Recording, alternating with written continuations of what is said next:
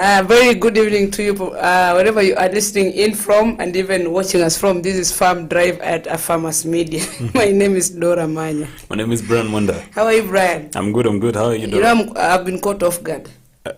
Yeah, I've been caught off guard by Madam Director, but I think all is well. All is well? Yes. I can see that. All is well. How have you been? I missed you. Sijui gangster points zangu wazito ni ruhusu kusema do too much. But I do miss the presence. Please, you don't need to pretend and say, oh, I missed you too. You know, that's the mistake Kenyans do. You don't need to pretend. You can just say thank you. I missed you around. I missed your presence around. Yep. My presence. Absolutely. I know you're being careful. Someone could be watching and listening now, and you don't want problems. I understand. No. Why should you look for your problems? Problems always there. I understand. I don't mess you up. I don't mess you. I've been good. I've traversed several counties, like close to 6 counties. Oh, 6. Over the weekend. What are you talking about? Where were you? I was just checking around, and by this, dry everywhere. I was in Western Kenya, it's dry. Western Gishu is dry. As I was coming, Nakuru, dry. Nairobi, dry. And now Kajiado, dry. And very dry for that matter. So we're really waiting for the rains. I'm really wondering what will happen. By now, there are no rains, man. It's interesting because I received a call from home yesterday. And I'm told that even water rationing is even not working anymore. So I think we definitely need water right now, but even the rains will do better. I'm telling you for free, talking of water, I was in the county of Bungoma as well, and the women have problems. You know, men have no problems. When there's a problem with water, it's the women who suffer and the children. Because a man will wake up, wants to shower, period. He doesn't want to know where the water will come from. Wait, men from there don't always want to know how water comes? Not from there. I'm just saying generally. I mean, you wake up and you want to go shower, right? Is it your problem wanting to know where the water has come from? I think some of these finer details will leave them to ladies. Thank you. But then come on, history, piping of water, vitu kama hizo, that's when now we come hands on. You see? We don't know the weather is in your place, by the way, in your county. Talk to us and let us know. It's relatively hot at this county, Kajiado County. Yeah. Relatively hot. I don't know. God should have mercy. I think right now is when you clean up your big time jacket and it's dry within 2 hours. Sure. Yeah. It's also the right time to wash your blankets. Within a day, your blankets are okay. So please, kama uko na homa, check if your blankets are clean. If they're not clean, please wash them. Ni vumbi ya barabara ambayo imejaa. Welcome to Farm Drive here at AFarmersMedia. We're going to take you all the way to 5 p.m. Today we have a very interesting topic, and we hope that you enjoy. Be sure to join us on our social media platforms. Where? At AFarmersMedia on Twitter. AFarmersMedia on of course, once you search AFarmers, yes, you're gonna get it on Facebook, on Instagram, and also on Twitter. It's very easy. Yes, AFarmers, you have it. Sure. So you know, you just mentioned blankets. Yes. In an era where we have duvets, traditional, right? Pia sasa ilikuwa lazima uchome. Ilikuwa lazima uchome. Yes, the people still believe in blankets. And thank you. In fact, I think it's more related to what we want to talk about. So you want to say blankets are traditional ways of kujifunika? Guys, bana. Traditional ways of kujifunika. Actually, last time I checked, blanketi huku kwetu tulikuwa tunatumia kama kitu ya ku insulate heat loss kwa maybe kuku ama some other places. Tungurua tunatengenezwa ni kadogo, then tunakelea blanketi to lose heat. But then but again, inventions have been taken slowly in different places. But again, we can stick with the traditional ways of doing stuff today. Yes, sure. Stick to blankets and other things. And blankets, by the way, kuna shule ya watoto wanatumia duvet kweli kama si blankets? No, I think for schools it's allowed. But if you get a blanket in my house, it's a problem now, today, in this era. It's not a problem, but okay, you see those problems that wezi blame mtu, lakini unajua tu, I think in time atapika. There are people who are traditional, so please leave us alone, or rather they are reserved and they don't want to live what they treasure most. Yeah, absolutely. And you're supposed to be hosting this show. Tunataka kuangalia traditional ways of food storage. By the last week, I think on Thursday, Yes. we were able to look at how you can be able to store your food well. Yes. To avoid food wastage. In the and fridge. we looked at in the fridge specifically. Yes. And one of the things that I think came out very clearly is how you need to arrange your fridge. Yeah. You know, check at the temperature levels. Na pana changanya nyama plus mukate, such things, you know. Yeah. And also look at the lifespan of those particular foods. Yeah. You're able to take us through. It was a nice discussion. Yeah. But we also don't want to leave out our viewer and our listener. Yes. Probably you cannot afford a fridge.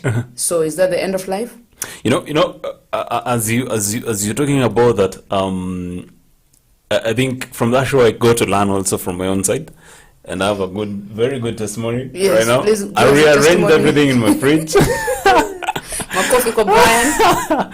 So I knew the basic way of how a fridge is created, how it works, and how things work in a fridge. Okay. So I had to rearrange stuff. Okay. Right now things are staying even more than hata maziwa yangu inakaa kidogo. So Yes. I think these Tunaweza shows. pitia after show kwako niangalie. Yeah, of course, absolutely, guys. You can do that. Yes. You can do that. So tutaenda na Brian home just to check that the fridge is well organized. So today we want to look at the traditional way of preserving your food. Our grandfathers, our parents, Yes. they never had these fridges that we're talking about today. Absolutely, They yeah. lived long. They were energetic. They never had issues with nutrition, Yes. health as far as food is concerned. But look at our generation today, always complaining. Yes. Ugonjwa kila wakati, probably it's the way we store our food. Yeah, absolutely, yeah. Yes, so we want to look at the traditional way. How do you use, how did you used to preserve food during your time, or Yes. even today? Yeah. Are you sticking to the traditional way of storing food, or you are modernized? Please get the conversation rolling on Facebook at Africa Farmers Club or AFarmersMedia, Yes. and we'll be grateful to get your feedback. We'll be giving you our lines, which are open, so that you can be able to call in to talk to us. How to preserve food traditionally without feeling it's costly, but still ensure that you eat healthy, and of course ensure that your food is preserved for quite a longer time. Yes. Let's talk about this. Yeah. Where do we begin from? Let's first understand why.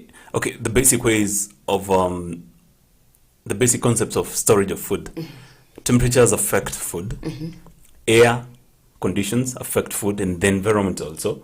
So the reason as to why food gets spoiled, from what I've learned of late, is good environments for bacteria to continue decomposing the food. Sure. So storage comes as a direct what I would say, as a direct way of creating an unconducive environment for bacteria to live in there, to survive in there. And also, even heat itself. You can use heat to kill bacteria, to create an unconducive environment. You can also use salt. Yes. Yes, a very good preservative indeed. Absolutely. Sure. To even dehydrate the bacteria itself, or even to dehydrate the content of the food in there, so that the bacteria does not enjoy anything out of it. So the temperatures matter when it comes to food storage. Air matters, and also the contents inside. They might attract the process of decomposing by bacteria. So it's a basic concept that now we're going to look into. Even as we look into different ways of traditional food storage, you'll see that they're still adopted. Yes. Even right now. And when you talk about traditional, I think our listeners or viewers should not look at us like sisi ni watu, they say yuko mtaani watu watene. You can still mix the traditional and the modern. Absolutely, yeah. It really works very, very well. And I think we're going to look at a few of them, a few of storing our food by using examples of particularly which foods can be preserved or stored through this particular method, just to ensure that our farmer outside there is together with us. Can you start with the common one? I don't know whether that's traditional. Drying. Dora, do you know that when it comes to, it's not even tradition. The world is going green. We were green. And blue and then at the same time. Yeah, we were green, and then we started destroying our own environment. Sure. And some of the effects are being felt right now. And now the world decided to, to embark on a journey that we can now decamp from it, serious industrialization to now greener ways and even cost effective, energy effective. So most of this stuff that you're using, our fridge uses energy and stuff around there. But then these things that we're looking into, ni vitu zenye tunapaswa kujivunia pia, that we're also part of the process of a greener world. Sure. So it's not just about traditional ways of doing stuff, but even the benefits and where the world is going to. So I don't know if you want us to start from the most basic one. Yes. We can start from drying. Yes, kukausha. Kukausha. And I remember you drying brought through the sun, just drying, eh? You can the concept of drying, yes, can come from the sun as long as there's a heat. Come from the sun. You can also use artificial ways of drying. You can use heat, artificial heat, electricity and stuff.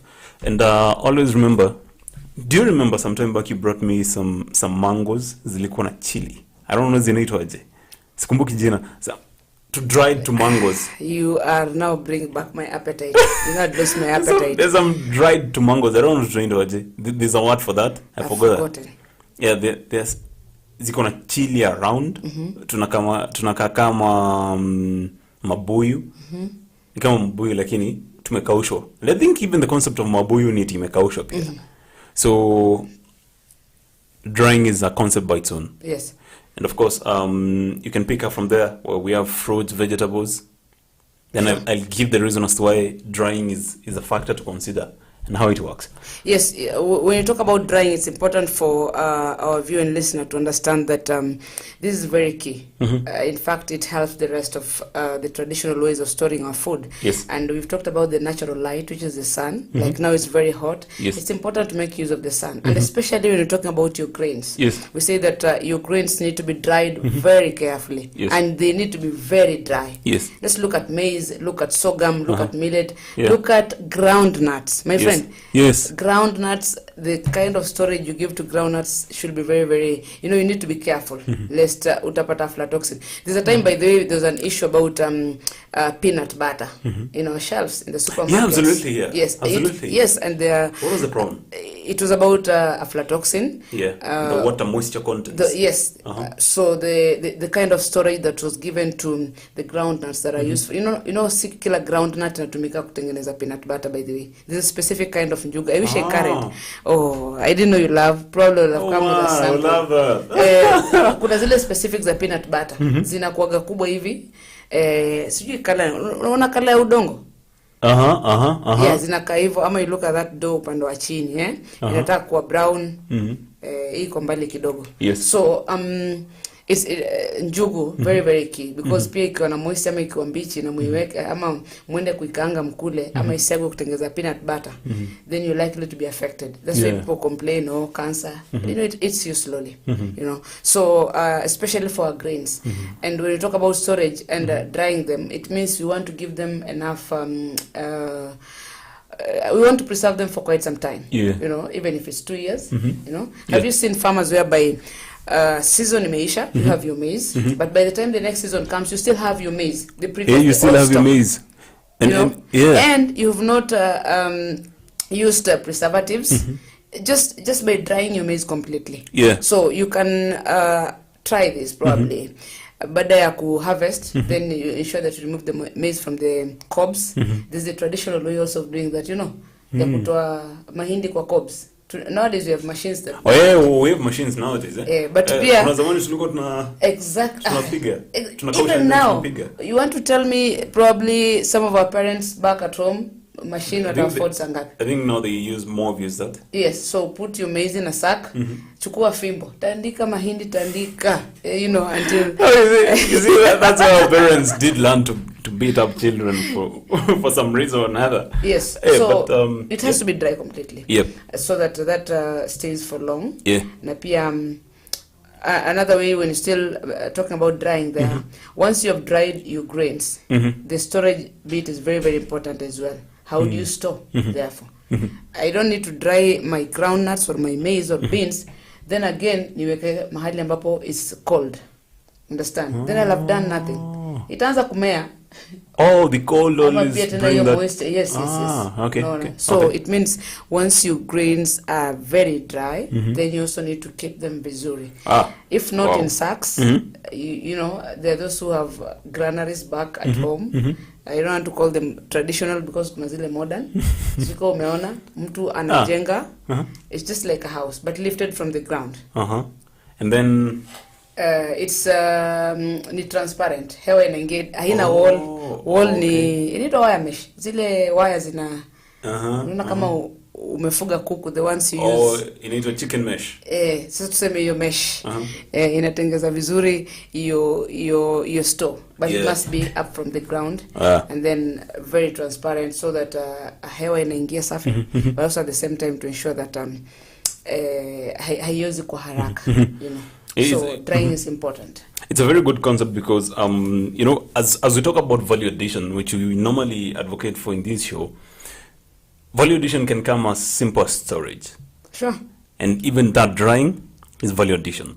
The way you harvest the produce and you will sell at that stage, and once you dry and sell it again, the price doesn't fetch the same. Sure. You're going to get a little bit of benefit. So what you're doing right now is some bit of adding some bit of skill, some bit of skill, and then which comes with some money. And looking at the basic idea, the basic concept of drying. Drying is taking away the moisture content. The moisture content. Yeah. Na inamaanisha produce yako itapungua. Yeah, of course that's now we're going to look into the downside of that. Yes. But once you look at the concept of drying, is that once you take away the moisture content in a produce, you create an enabling environment for bacteria, so they don't live in dry contents. Okay. That's the most beautiful thing about it. And the funny thing is that you can do that on your fruits, on your veggies too, apart from your cereals and everything around there. And nowadays you don't need to have to wait for the sun alone. Yes. Kama uko na stima nyumbani, which stima imeongezeka kidogo, imefika hadi rural areas. Yes. Of course, now people have something called Dehydrator. Yes. So it takes away the moisture content and you're ready to go. Now, the downside of drying. Yeah. No, in as much as we're saying there's a downside of drying, we can't run away from it. And that's why we always tell the farmer, when you're calculating your cost of production and all that, put into consideration some of these things. That whatever I get probably from my farm may not be the same thing that I get to the market. When I harvest my maize and it's not very dry, and I dry it, the moisture content inapungua, you know, I am likely to get lesser yields. Na haimaanishi ya kwamba you have lost. It's just part of, you know, farming, because you cannot, unless you're going to sell green maize. Kwa wale wanataka kuuza ama kuchoma mahindi, mahindi choma. So unless it's that, but in normal circumstances lazima content itapungua. Moisture content na maisha kwamba itakuwa, it will be lesser by a few kgs probably. If your sack probably you started drying your maize, one sack of maize, it was full na haikuwa imekauka vizuri. By the time you're done drying, maybe after a week, trust me, it will appear like imepungua. So you don't need to say someone has stolen from you. No, eti kuna mtu anachota mahindi hapa kidogo kidogo. You know? Yeah, so we cannot run away from it. Trust me, Brian. Drying, we cannot run away from it. We forgot to look into the commodities that you can, of course, you can dry. I'm saying here you can dry meat, fish. You can dry also chilies and stuff. You can dry vegetables, and of course we did talk about fruits. And I'm also more informed that apart from a dehydrator, you have an oven, and also you can use a microwave. That's interesting. Yes, you can still use that. That's now we are merging the traditional plus the modern.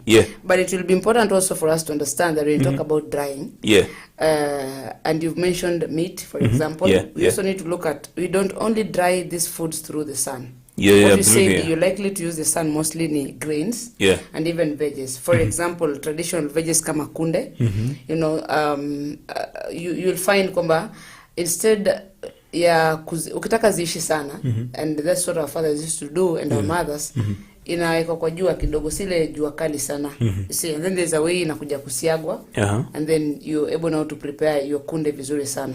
So drying, I think, will apply to especially grains and some of the vegetables. And also probably look at cassava, something like cassava. Cassava pia will need jua kukausha, because you see for cassavas pia, if they're not well dried, they develop molds. You see. Now, there's something about cassavas, and especially the western part of Kenya, that wakitaka kutengenezea ugali, the way it is preserved, ni kama huwa wanaacha yoze kidogo, and then they come and remove the molds, and then now dry it in the sun baada ya kukatakata.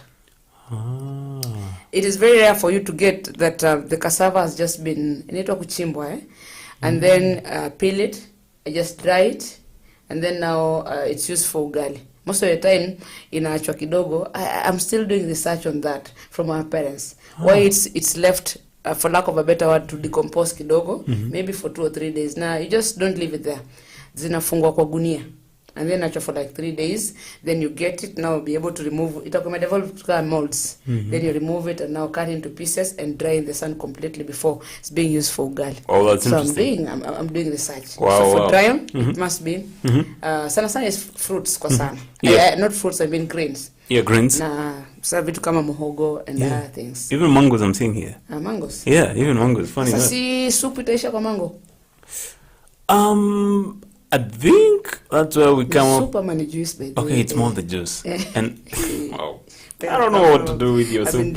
Anyway, you are following Farm Drive here at AFarmersMedia. I'm your host, Dora Manya, together with Brian Mwenda. Absolutely, looking at traditional ways of storage of food, so that you get value for your produce, number one, but you also eat healthy, okay, and maybe reduce the cost of some of the ways of preserving your food, so that it stays for long. Join the conversation online on Facebook, AFarmersMedia on Facebook, on Instagram at AFarmers, on Twitter at AFarmers_.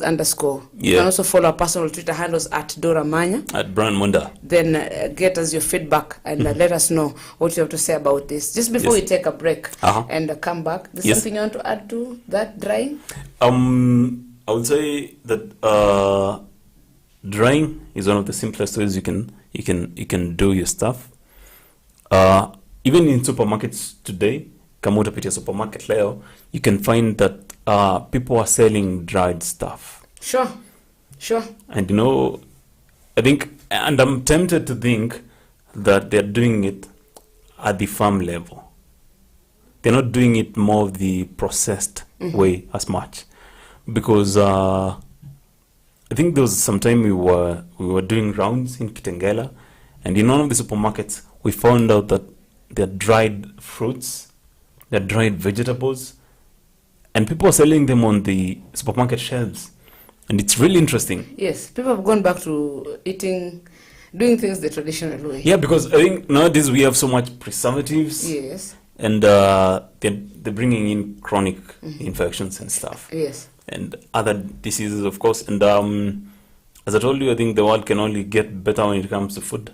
Sure. Yeah, absolutely, yeah. Okay. Yeah. So we'll be talking more about drying problem, which are other means of, if not drying, I know there are other methods. Yes. And what exactly can you dry using those particular methods that we're going to put across. Yes. But as we go for a break, Brian, you are one person who is very passionate about Omnia products. Yeah, absolutely. I'm a little bit passionate because I've seen them work. Yes. Yeah.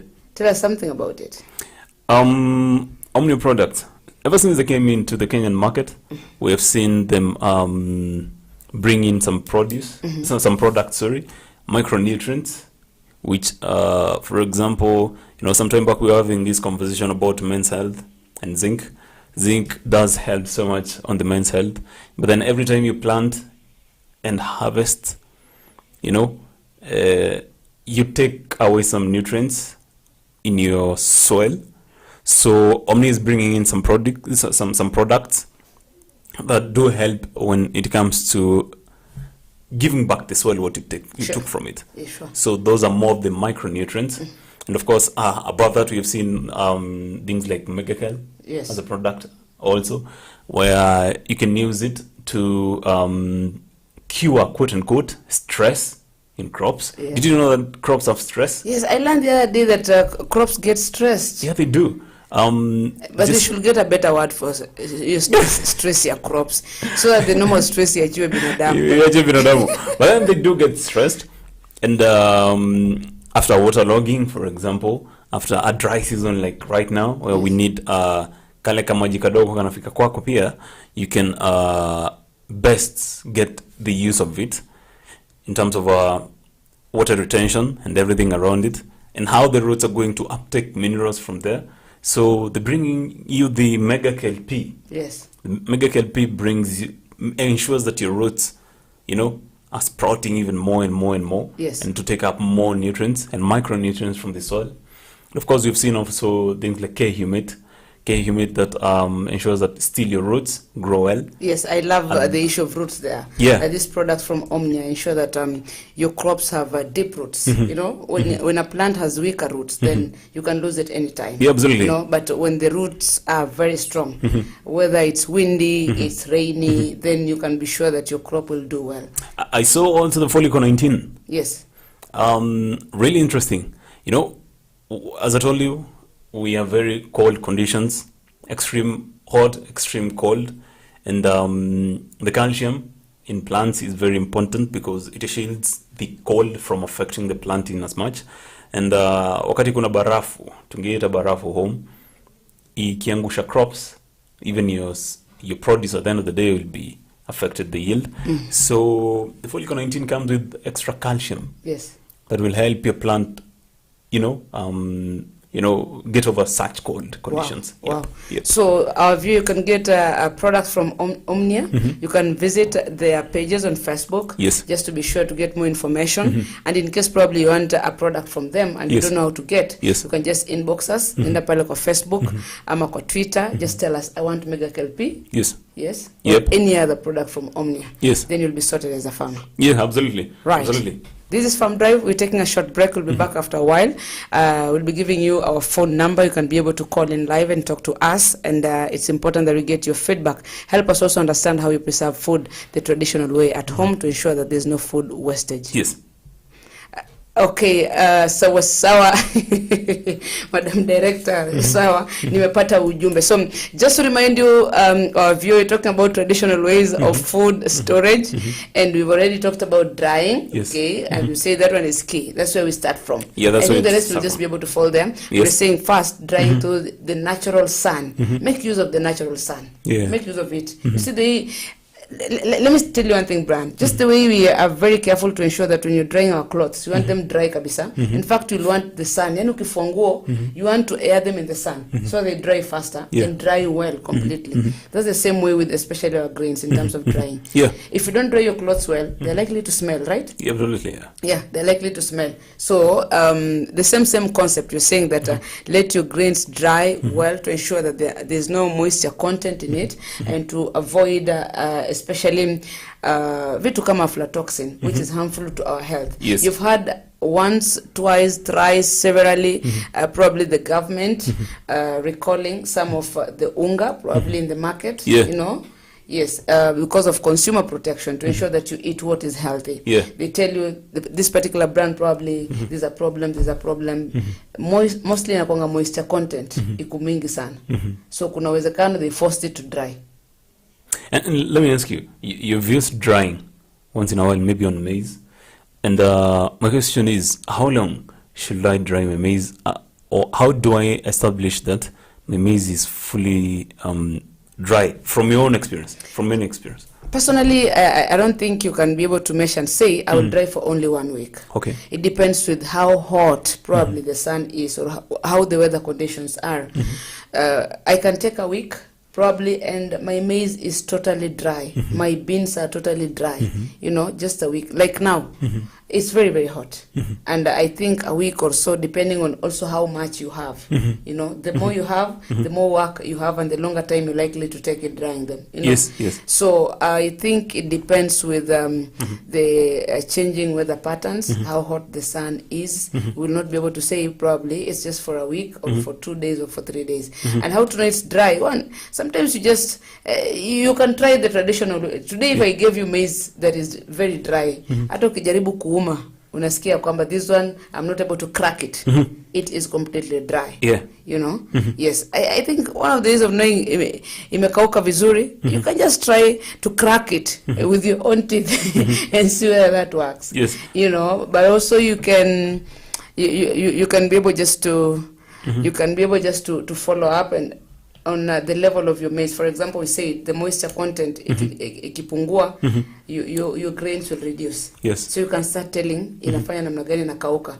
It's kind of they shrink, some of them, not for all, you know. Slowly by slowly, then you're able to tell that probably my grains are dry. Yeah. Actually, I'm saying here, after drying your maize, put a handful of maize grain in into a hand. Yes. Half an hand full of common salt in dry soda bottle. Shake the bottle for 2 to 3 minutes. And the funny thing that they say that once the maize is dry, it should take something around 2 to 5 weeks. On direct sun. I think this is something. Point Rudy. Yes. Tuambie hapo penye unasema weka mahindi na salt kwa mkono. Yes. So that we understand before you get to something else. Yeah, this is Farm Drive at Farmers Media. I am Dora Manya, and we're coming back with more after this break. Good evening.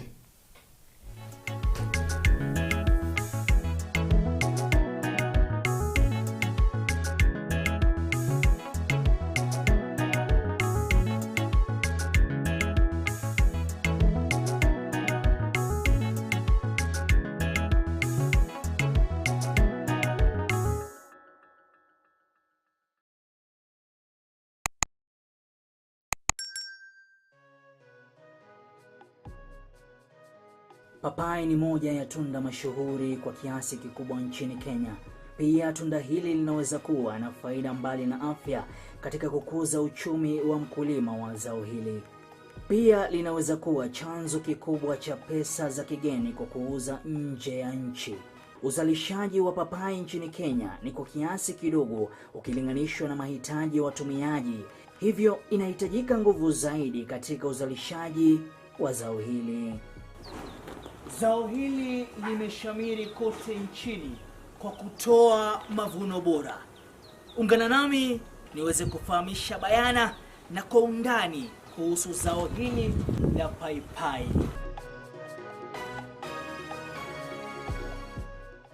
Beetroot is a highly nutritious root vegetable. The beetroot is the taproot portion of a beet plant. It is one of the many varieties of the genus Beta vulgaris, all of which are mostly grown for their edible taproots and leaves. Beetroot is a root crop that takes approximately 3 to 4 months to mature. Beetroot is a fairly easy crop to grow as long as the soil is well cultivated prior to planting. Beetroots do not enjoy wet, boggy or shady soils. Beetroot can be sown in trays and transplanted when the seedlings have 2 true leaves. Plant in full sun, space seedlings 10 to 15 centimeters apart, and rows 20 centimeters to 30 centimeters apart so they have room to grow. Beetroots are also ideal for containers or raised beds.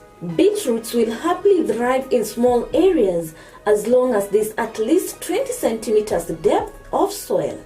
Beetroot has been used not only for food but also for treatment for numerous conditions.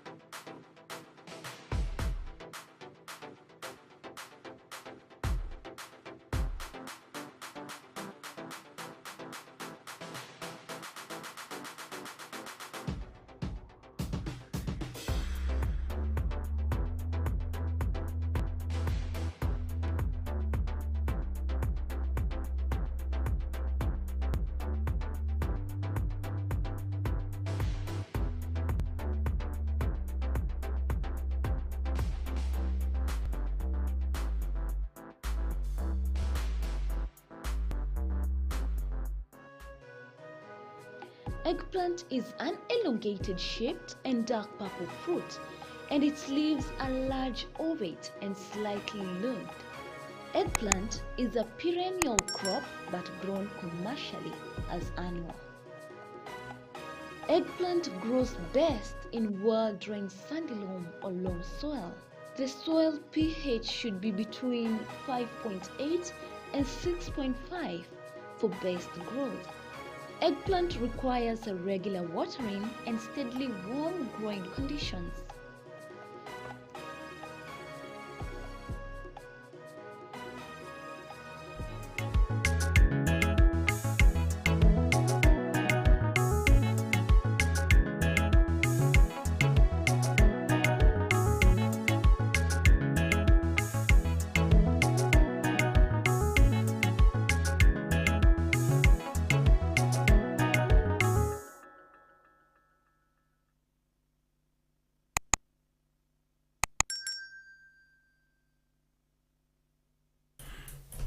Well, welcome back. Welcome back to the conversation. Oh, that one you ambushed me, right? So welcome back to the conversation, and today we're talking about one of the simplest ways of preserving your food back at home. Natural ways. Yes. You know? Let me just check, ensure that my levels are okay. I think that's better now. Are you doing right? Yes. You're doing good? Yes. So welcome back, I would say. Say it again. Welcome back to the conversation. Before we took a short break, we were talking about some of the basic ways that you can store food without a fridge. Remember last week we talked about a fridge. Right now we're talking about traditional ways. What's available to you right there. And of course we've talked about drying. We've said that the moisture content is the basic aspect that you're taking out, that now you're killing the environment for the bacteria and the fungi. So I don't even want to throw something in there because I get one aha moment for you when it comes to drying. Goodness. Okay, keep the conversation on Facebook, Twitter, Instagram, on our social media platforms. We are live on Facebook as well as YouTube. Tafuta AFarmersMedia, you'll get us live there. Please join in the conversation. Tell us how you dry your food, the natural way or the traditional way, to ensure that there's no food wastage, but also at the same time ensure that you eat well, that you're healthy. A healthy farmer is a productive farmer. So when you eat well, your health is okay. You can still go back to the shamba and do well. Yes. So we've touched about drying. Brian said something about confirming if your grains or your maize is dry. Yes. I want him to tell us exactly.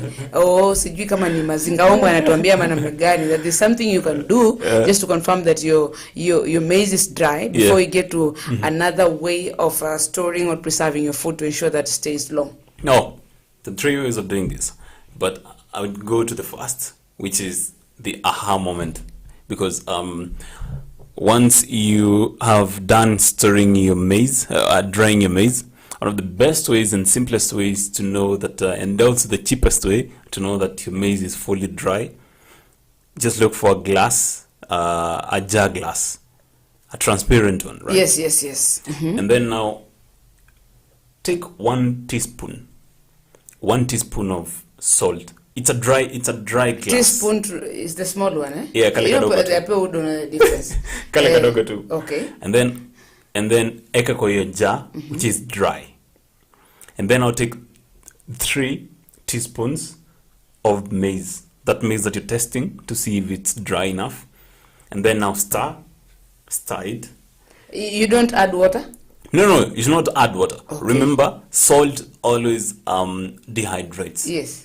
So what you're trying to do with this concept is trying to see if the salt will dehydrate any moisture content in the maize. So which means, after 1 minute actually, after 1 minute is done, it's enough to know that kama imestick, kama chumvi imestick,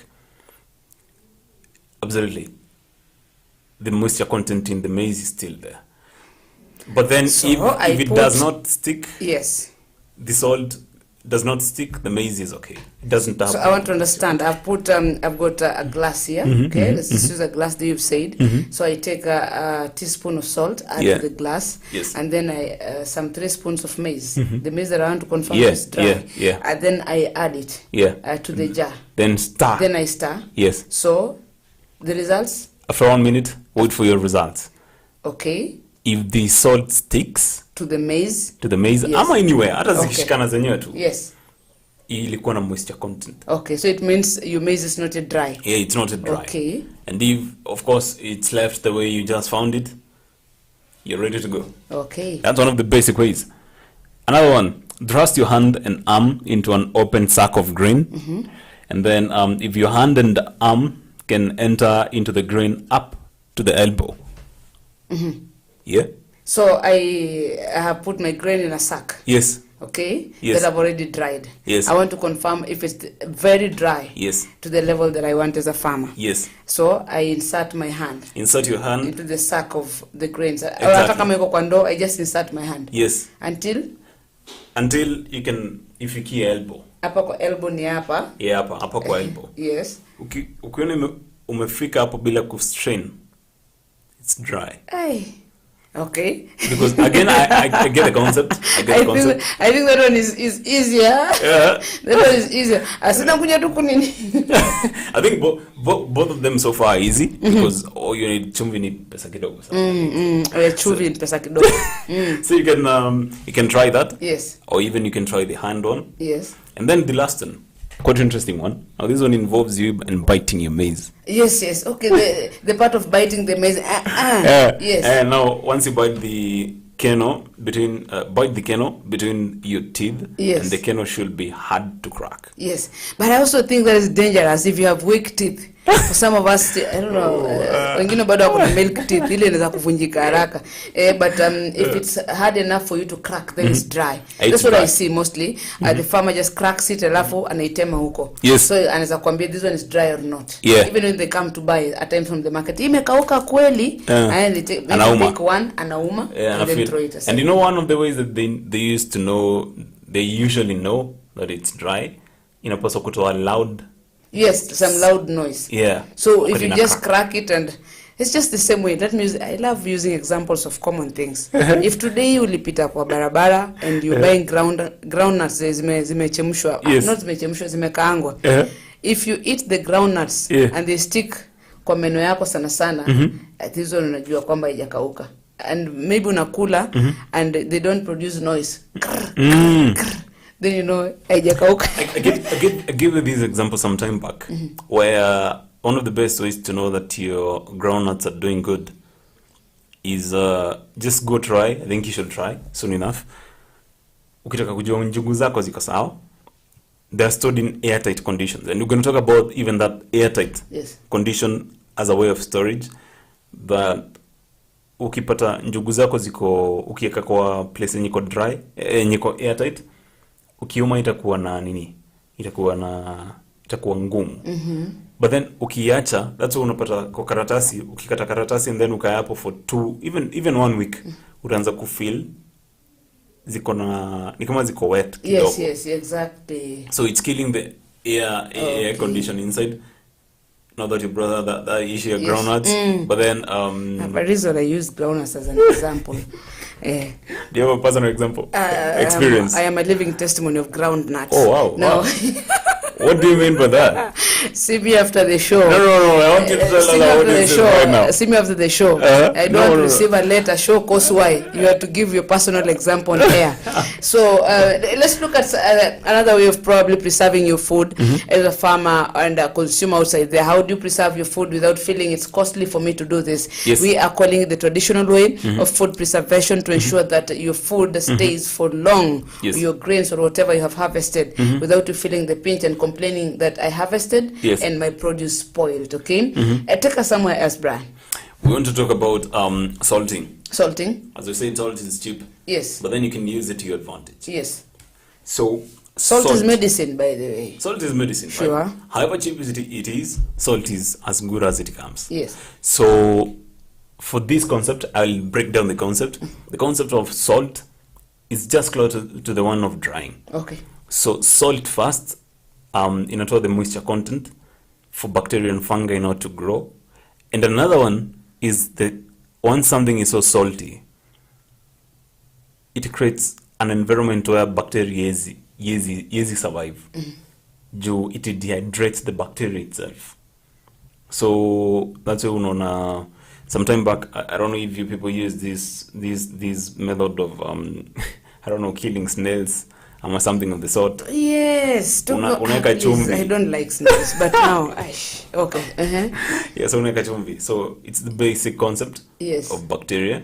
So you create an enabling environment for the same. Okay. So that's, you can spread it now from there. Okay. Well, what are some of the foods probably we can salt and then get good results for long? More of it is the meat. Yes. You can use fish. You can use some, I saw some vegetables too. You can do the same thing on them. And it's as basic as kitu kidogo sana. Kama umehang nyama yako pale juu. Yes. After kuchinja ama hata umenunua tu. You can use some salt on it. Umwagie some chumvi.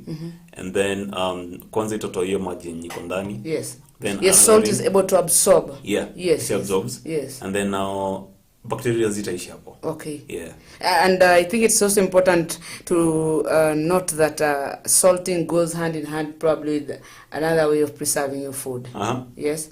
Because you said salt is medicine, salt preserves food for quite some time. Yes. And you've talked about your meat. So today if you bought meat and you are busy, probably don't want to cook it, okay, and you don't have a fridge, you can just take the raw meat, wash it properly, then salt it. Yes. Spread salt, enough salt. Si ya kupima. Just enough salt and keep it. Yeah. And you'll realize that mostly salting works with probably smoking. Okay, smoking in terms of drying the food. Yeah, Is absolutely. that true? Yeah, we can even go into that, smoking. Yes. You have used smoking? Yes, I've used smoking, especially on nyama. We smoke nyama, right? Ama yun kuchoma. Kukausha nyama. Kukausha nyama. How does is it happen? Is that smoking? I've never seen it happen. Actually, describe to me, how does it happen? Nyama, if you want to keep your meat for long, I'm just giving you a vivid example, like just like a few days ago, we had to preserve meat for like 3 days before cooking it. And not preserving in a fridge. What you do once you bought your meat, you don't cut into pieces. Ikiwa mzima mzima, of course from the butcher it has different, maybe 3 4, or it's just full one package. So you wash your meat, then get enough salt, spread it vizuri. We ensure that the meat has absorbed, the salt is into the meat properly. Then you'll notice maji inaanza kupungua. Okay. And then what you do, you have your wire that you use to probably smoke your meat, or maybe roast. Okay, maybe the best way, this is the smoking and the roasting. So talking about I think what I'm referring to is basically the roasting. So what happens is once you get your wire, put it on fire. Now this time we're not talking about fire that is producing smoke. You're talking about fire that has been lit, but now you have the charcoal. You see makaa. Even if you're using your jiko at home, you don't start roasting your meat when the jiko makaa is still dry, because that one is dangerous even to your health. Until all the charcoal turns, let me say, red. Then you can start using it to roast your meat. But always ensure also that it's not a lot of fire. Okay, it is regulated, it's moderated. So you take your meat, then put it in a wire, and then wekele juu ya moto.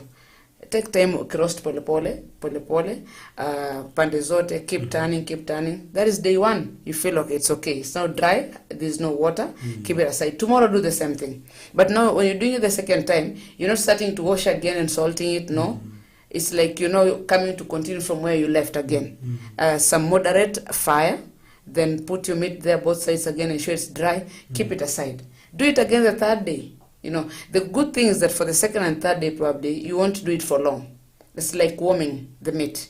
Okay, so that if there's an area that was not dry enough, or the salt haiku absorb maji, then that is catered for. So once that is done, keep your meat, even if you want to do it for a whole week, let me tell you. You can preserve meat even for a whole month. I've seen it happen.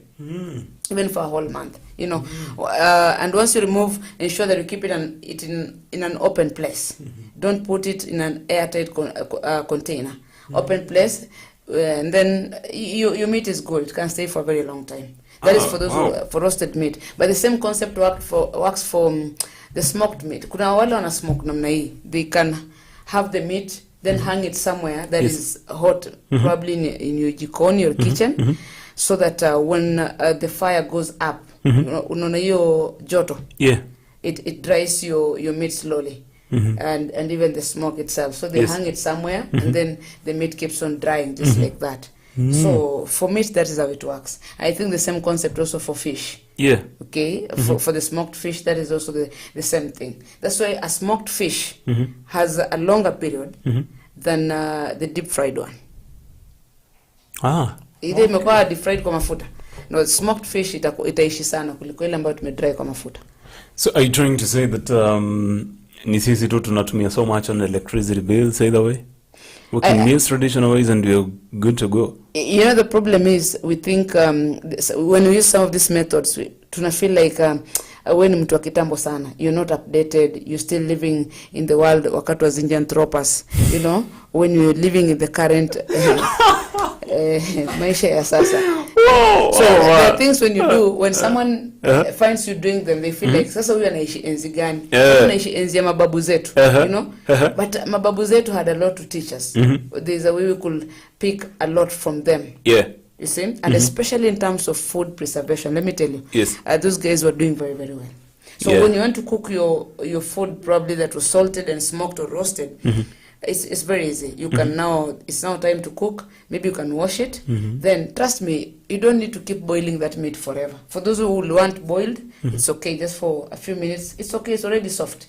It's even ready for eating. Yes. So from there you can decide you want to fry it, you want to boil it, whichever way you want to do it. So once I've taken it from the storage place that I did put after smoking it, you say that I just clean it up a little bit and then it's ready to roll just like any other piece of meat. Yes. Oh, interesting. Always ensure kwamba haitaungua. You know, there's a difference between kuungusha chakula and you get your meat is very black and then the soot is there. If the soot is there, itakuwa kali. Wow. So get your meat and remove, let me use the word soot. Ile unaona ni kama imeungua. You see, then you roast, I know you love roasted maize. Lazima unakula kila jioni when you leave work.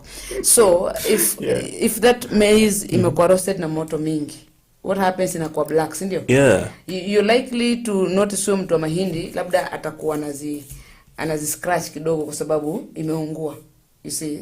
So that ule ukali wa kuungua is not there again. You know, I also tried I think last weekend where unapata wanauza kuku kwa streets na wanaweza kuchinjia pia.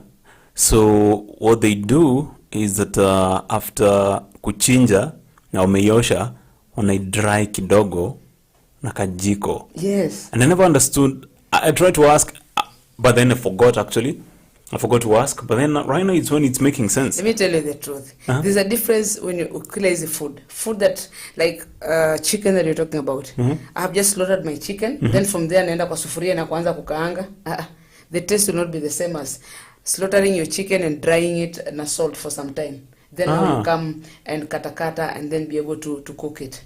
You see, you feel like you're enjoying. Have you ever eaten goat meat that is just the goat has been, you know, been slaughtered, and someone gets that meat na nakuja just to kaanga and then you eat? How do you feel? At times you feel like you want to vomit if you're not careful. Wow. So the best way to curb that is ensure that your meat is fast dried. Yeah. You know, and therefore drying does not mean that, or rather smoking or even roasting, does not mean that you take forever. Just ensure that it's salted, then put it over fire for quite some time, kidogo, so that it's dried up. Yes. Then you can be able to fry or use it the way you want. But also, some caution here. Anytime you dry your food, just the way you talked about grains, anytime you smoke your food or rather roast it, pia ita shrink. Oh yeah, it's gonna lose some moisture value. Yes. So if you're many in the family and you want to eat enough meat, please don't dry it first. Just malizana nayo and kaanga it. But if you roast before you cook, someone might say mtu wa butchery alikuibia nyama kidogo. You see, and we don't want such scenarios. From that on, I think I've learned so much. Wow, I never knew about that. And the funny thing is that these are not traditional ways, but they're still even being used right now. Look at our mamas in the market. Go to the market and ask for smoked fish. Even ask her how long that fish has been there. She can tell you. Hii hata ukienda nayo kwa nyumba itakaa sana. She'll tell you. The other day I bought fish and I told my mom prepare the fish. It was deep fried and she takes long. The following day it is spoiled. But also it was put, I think, under kulikuwa a place that is hot. You know. So even as we're talking about all this, always remember that when you go to store your food, ensure that you put it in a cool place. Put it in a cool place. you know, whether it's meat, whatever it is, whichever we've used to dry it or just preserve it, keep it in a cold place. Apart from sana they using grains, ukiweka mahali tena, it is you know, moist kujua ama kuna baridi, likely to develop molds ama pia inaweza kuharibika ama kuoza. So you go buying some maize and imeoza kuoza. Ni storage tu ilikuwa mbaya. Ni storage. Yeah, the storage was bad. Depending also, maybe you put in bags that were also not dry. For those who put in bags, okay. I know nowadays the hermetic bags. That's a story for another day. But once you had your grains ready, where did you keep them? Maybe so mwingine tena kuchukua polythene na aweke. Alafu joto ni mingi na polythene ita sweat. So it's very important to just take that into consideration. That's interesting. Yes. So we're talking about traditional ways of preserving our food as farmers and as consumers. Yes. Keep talking to us. We really value your feedback. Give us your personal experiences on which foods you've been able to dry, which way. Yeah. You know? Yeah. And then it will be okay. Let me talk about one, then you look at another one. Let's look at boiling. Boiling. Yeah, you can just also boil food. Like let's look at foods like githeri. You just boil, but also salt it, and ensure that probably soup, haina soup, is kind of dry. That githeri will stay for long. Yes. What makes probably your githeri spoil very fast is that after boiling and it still has soup or water. Let me say soup. So and then you've forgotten to warm it. Definitely it tatiza and it will spoil very fast. So what do you do? Always ensure once you boiled it, and then you can salt it, and then ensure that it's dry again. So then you can keep your githeri even for 2 weeks. Kazi yako ni kuchemsha tu. There's a time we talked with Diana kwa Shajara, and I said, anytime you're going to warm your food, like you left kamnyama kwa sufuria jana jioni, ama leo asubuhi ukija kazi. So huyo mnyama umeacha kwa sufuria. When you go back in the evening and you want to use huyo mnyama, utamchemsha sio? If you still want it for another 1 day, please always ensure kwamba your food boils to the maximum. Don't put there kidogo alafu unatoa. And especially for veggies, zita spoil haraka, and fish itaharibika haraka. It's really interesting because what I can see here is many men, we're very guilty of madhe ametupakia food vizuri, lakini tukifika Nairobi something happens. Yes. I even don't know what, because for example tumeboil minji and then tunaweka kwa fridge, lakini wakati wa kupika sikumbuki the due process of doing it. So once it's from the storage, what's the most basic ways of preparing that again? Look at it this way, from storage, depending with what kind of food. And I think we talk especially for food that is preserved in the fridge. We said you put it somewhere so that it comes back to room temperature, normal room temperature. Then probably you can be able to wash your food and be able to cook it, depending with what food we're talking about, you know. But let's look at an example of githeri that we're talking about. You've come with it from home. Your mom has given you minji that is already boiled, and you don't have a fridge. Yes. Just ensure that you drain all the water. Okay, that food it can be preserved longer if it does not have water in it. So you can use some salt on it. Yes, you can salt. Yes. Also, anytime you see today, if I drained all the water, it means when I warm it, kama itakuwa na maji kidogo na maisha inaweza kuungua, si ndio? So when I come to warm it, probably I can add some little water, but always ensure pia ime dry up. Then keep it for another day. I think what you're talking about today is not just at the household level, but also as a small holder. Yes. Right now, when the maize prices are not doing so good, sure, you can do some storage, and one of the basic you can dry. Yes. You can actually even salt them. Salted. And then you can also, we've talked about smoking and I think roasting some foods. Yes. But there's some you can just boil, like for meat, as I said, you can just boil and it's salted. for meat now, hata ukiwa na soup yako, as long as the following day you come again and ensure that umechemsha vizuri to the maximum level, you know, then you can have it going without mafuta. So you just boil it without adding anything. Yes. Unajua kuna watu wanapenda chakula boiled. Yeah, so for any food that can be, even your veggies, you don't use them today. Why do you have to you know, why do you have to cook them and then unakaanga na nyanya na vitunguu and then you want to use this mboga after 3 days? There's no need for that. What do? Just boil your veggies until the time you want to use them. Then you can kanga with mafuta kidogo for those who still want to use cooking oil. But for those who are doing the traditional way, some will just add salt and add some milk or cream. And they're able to eat. For those who daktari amwambia pengine usikule mafuta, you know, or those who are very careful with their weight, what do? They just boil, then of course ensure it's salted, and you can add some milk, and that is it. But let me also surprise you. Did you know that tomatoes pia zinachangia for your food kuspoil haraka? Tomatoes, Especially for veggies. after cooking. Today I want you to try cook sukuma wiki, and especially when it's hot. Na usiwe kwa fridge. Nunua tu kidogo ya 10 bob. Kaanga na mafuta na vitunguu na weke tomato. And then in the morning come to work na haujachemsha. And probably you did not leave it you did not leave it open. Ipate hewa kidogo. When you go back in the evening, you open that door, you meet some very bad smell. Yes. You can do it practically. No sukuma ya 10 bob. Just do it. Some of these things you try at home. Yes. And you see it works for you. So we preserve food from home. As a small holder farmer, some of you are doing business. You know, you have a small hotel. You don't have a fridge. You're wondering how this food can be stored longer for your customers to enjoy it. It is still possible. Yes. Like milk, for example. Probably if I stick to boiling as another way of doing it traditionally, I don't need to have a fridge to ensure that my milk stays for 1 week. You know, I've seen it work. That I have milk 5 liters, and it's just maybe for consumption at home, or I have visitors tomorrow, and I want to book milk in advance from a particular farmer who demand ya kwake watu wengi wanapenda. So I buy my milk, I boil to the boiling point, then put it in a cool place. The following day, what I'll do is I'll have to remove the cream. Okay, if I'm not using the milk immediately, just remove the cream. Then change that milk from the sufuria you're using to boil it to another clean one. The reason for that, if I repeated boiling from the same sufuria, what will happen is milk ikichemka sana inashika chini. And I think you'll agree with me. Utakuta imeanza kushika chini. So if I use the same sufuria to boil my milk, itaungua. So you will have your milk but ina taste kama imeungua.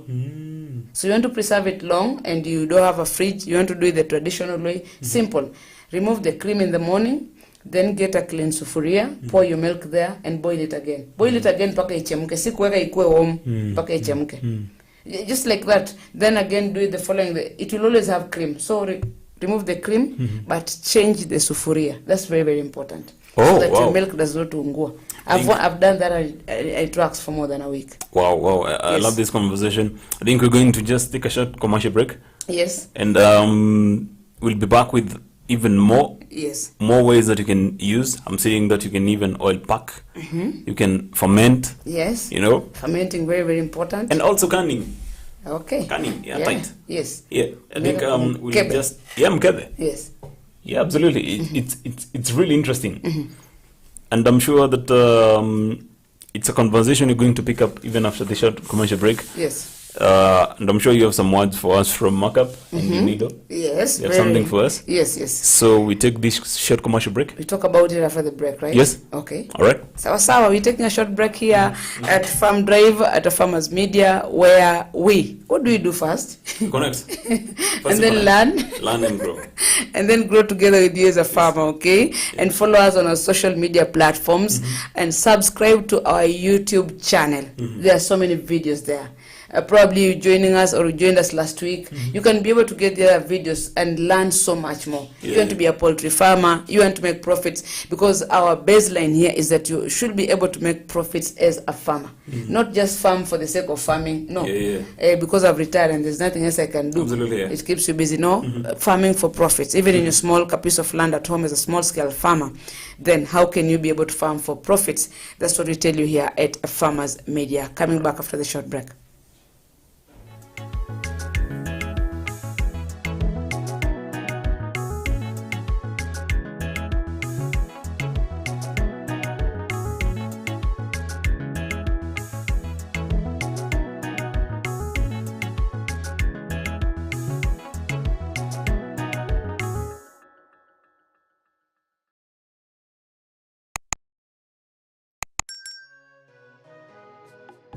Amaranthus, or locally known as terere, is a highly nutritious vegetable that is cultivated and consumed as a leafy vegetable in many parts of the world. It's easy to grow, matures fast, as it takes an incredible shorter period than most traditional crops. There are many species of amaranthus, with some green and others red in color. When growing amaranthus, ensure the soil is well drained and rich in phosphorus, and most importantly, ensure the seeds are well distributed to achieve an even spread when establishing a grain amaranthus field. Amaranthus is especially loved for its tender leaves and for their healthy dose of ions, vitamins, and a range of minerals.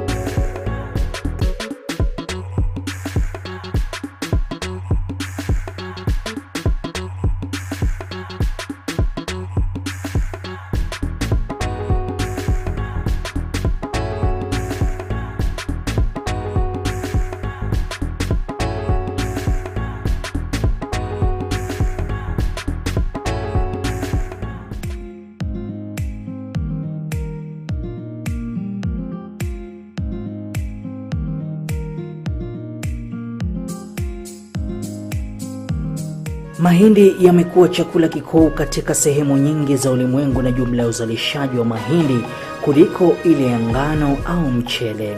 Mbali na kuwa mahindi ni chakula, pia hutumiwa kutengeneza ethanoli, chakula cha wanyama na bidhaa zingine. Kunayo mahindi ya gume, mahindi ya ganda, yani popcorn, mahindi ya unga na mahindi matamu. Mahindi yanalimwa sana kote ulimwenguni na kiwango kikubwa cha mahindi hutolewa kila mwaka kuliko nafaka nyingine yoyote. Shamba la mahindi linaweza kutayarishwa kwa kutumia njia za kawaida au za kilimo cha uhifadhi. Kilimo cha kuhifadhi ni pamoja na kunyunyizia dawa za kuulia wadudu zilizopendekezwa na wataalamu wa kilimo. Unaweza kutumia trekta au njia ya mikono kufanya kilimo cha mahindi. Ni muhimu kuandaa ardhi mapema ya kutosha kuruhusu magugu kukauka na kuoza kabla ya kupanda.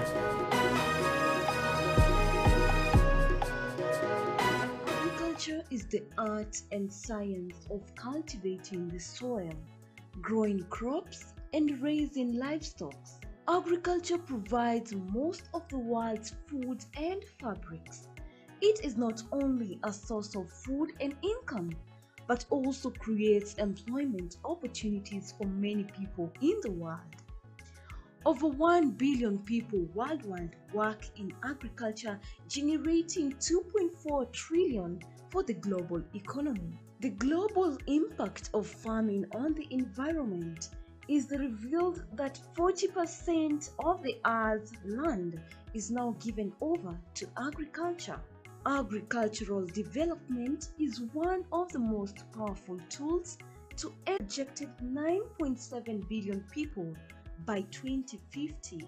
And we, the AFarmersMedia, roll the carpet for you as we welcome you to our thrilling farm visits to different farmers that educate and inspire you in different sectors in agriculture. Catch us also on our shows on all our social media platforms as we bring you educative and informative information that will help you learn and guide you on your agriculture journey to success. Our farmers attain knowledge and grow profits.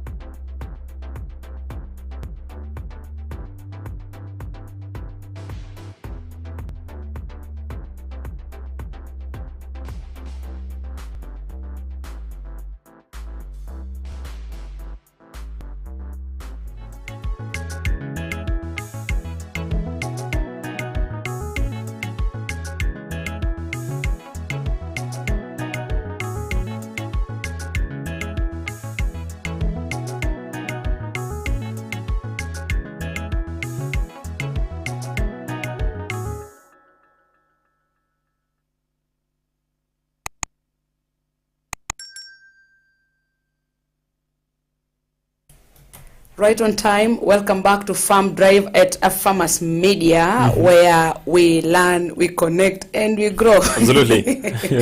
My name is Dora Mang. My name is Brian Munda. And we're having a very healthy conversation, by the way. Yep. Very, very healthy. Some of the things we ignore, but they really go a long way to help us to be able to live long and not waste food. Yes. And today we are looking at traditional ways of preserving food without you feeling a pinch of the cost. You know, where Kenyans are now. We talk about someone spending an extra coin on something. Umeikuona mtu unampigia tu simu na anakukasirikia. People are stressed. You call someone, you talk to them, mtu anakuongelesha vibaya. You know, the stress is about money. You see, so we're trying to help you to ensure that in whichever way you can be able to save some of this money. Yes. It's important for you to adapt that method. Yes. And we thank you for the conversation. For those who are following us online, remember we are live on Facebook, on YouTube as well. You can follow our Twitter handles at AFarmersMedia, at AFarmers_ on Twitter, and at AFarmers with a Z on Instagram. By the way, tuko TikTok. Oh yeah, but we're also on TikTok. Yeah. For the lovers of TikTok, yeah? Yeah, TikTok. Mercy can tell you more about TikTok. Yeah, absolutely. Na Madam Director anaitwa Lista. Yep. Watakwambia sana about TikTok. Yeah. And before we talk about even markup, by the way, thank you so much. Thomas Okello Pondo says, as far as the traditional ways of preserving food, he says dusting with ash was common. Meat was roasted dry. Hapo kwa kudust na ash. The same point, by the way, is echoed by a guy. This guy is a DJ, DJ Shandix. Is watching us live from Bungoma County. Right. And this guy says, following you guys, and he says meat was also, roasted and put in ash. Nasema hata ukidry nyama na uweke kwa ash, haiwezi haribika. Can you help me understand that? Nimesha dry alafu I think when they say dusting, so nisha dry, then I take that meat, I put kwa ash.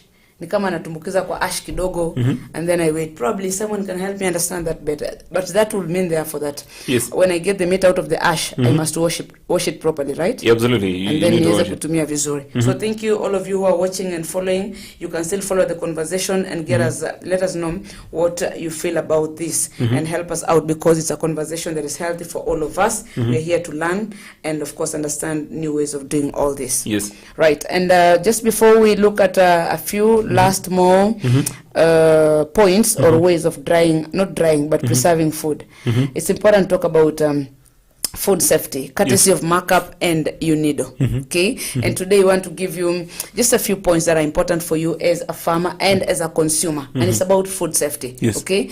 And they're saying food safety is everyone's responsibility, starting with the farmer, that always observe recommended dosage and pre-harvest intervals. So don't overdose. Don't underdose, okay? Just put enough, but also look at the intervals in which you are you're going to be able to use your pesticides in your land. Okay, so food safety is everyone's responsibility. And also, number 2, proper use of pesticides leads to a healthy and wealthy nation. No, it's not just food safety, healthy and wealthy nation. If we use our pesticides well, then when people eat, they eat healthy, then the nation becomes wealthy. How, Brian? A healthy person is productive. Yes. Therefore, is able to make wealth. So, a healthy people lead to a healthy nation. And also, talking about proper use of pesticides increases yields and access to markets. We've been talking about markets. You want your produce in the market. You want people to buy, right? So it means you must use your pesticides vizuri, integrate intercropping for reduced costs on pesticides, and to break pests and disease cycles. Dora, did you know that some of the harvest is rejected because of the pesticides it used? Yes. Absolutely. It's true. Unaangalia unasema wameweka dawa nyingi, Actually, it's or more even the wrong one. Yeah. Even more of the external markets are very vigilant. Sure. Very vigilant. And we really need to discuss some of the conditions of external markets. Yes. Yes, we will have to get experts to talk to us about the external markets. Yeah, exactly. What's required of you? Because many people are trying to see the local market, for some reason or another, is not doing so good. So exporting brings in more revenue. But then even as you look at the external market, always know that they are always looking for the pesticide that you used, and to know that there's a traceability aspect that comes with it. Sure. So good bookkeeping, record keeping with a good I would say pesticides. Even selling pigs, even selling animals. Yes. Nowadays, people even come to inspect where they are right now. And that traceability aspect More important. Very, very important. Yes. Yeah. And of course, as a farmer, it's important to attend available trainings on good agricultural practices and pesticide use within your county. What do you mean by that? Learning never stops. Yes. And then agriculture is evolving. Farming is evolving. You cannot farm the same way we used to do it like 20 years ago and still expect the same results, or rather different results. Therefore, if there's a training in your county, Kajiado, Nairobi, wherever county you're watching us from, attend those trainings as a farmer. They'll be important for you to learn much more on pesticides and many other agricultural practices. Remember, we're talking about safe use of pesticides, courtesy of Markup and UNIDO, who are advocating that we be safe as far as pesticides are concerned and their use. This is Farm Drive. I'm your host, Dora Manya. Your co-host, Brian Munda. Co-host. Sasa co-host. Anyway, we getting to the last bit of this. Talk to us about another way of preserving food, the traditional way. I think as we also come to a close, we want to look at, if possible, are there advantages that are there when you look at the traditional versus the modern? Are there any advantages? Let's first of all talk about. Of course, we're going to talk about that nutritional value and everything that's lost in the process. Yes. But you asked a question that I've been looking for: is that how does ash help in preservation? Sure. And here I'm saying that ultimately, it's the coolness and the darkness of the storage location. Okay.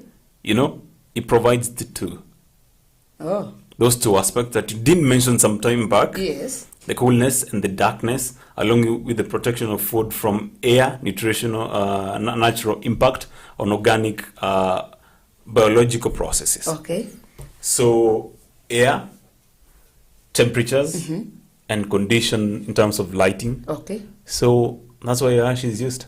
Ash, yes. Yeah. Na hii ash, I don't think it's used in meat only. I think kuna mali ash inatumika. Sijui pia kama ni kwa mahindi. But I'll do my research so that I'm sure about that. There's so many other ways ash is being used just to ensure that all is well. Absolutely. I want us to go to canning. Yes.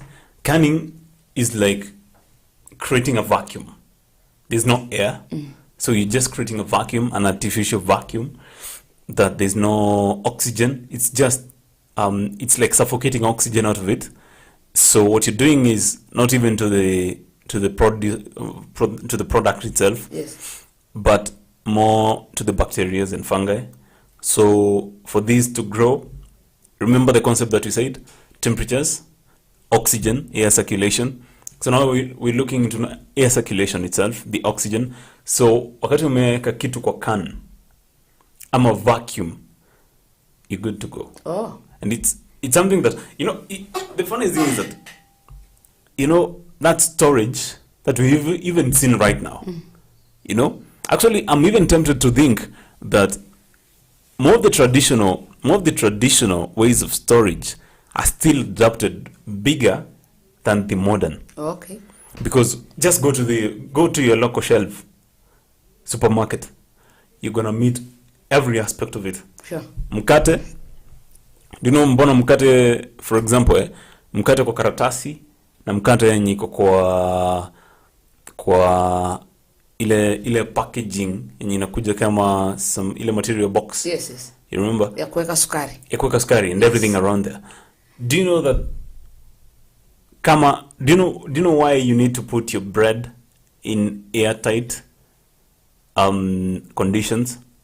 ili hewa isiingie ndani isaidie hizo fungi na bacteria continue to decompose. Okay.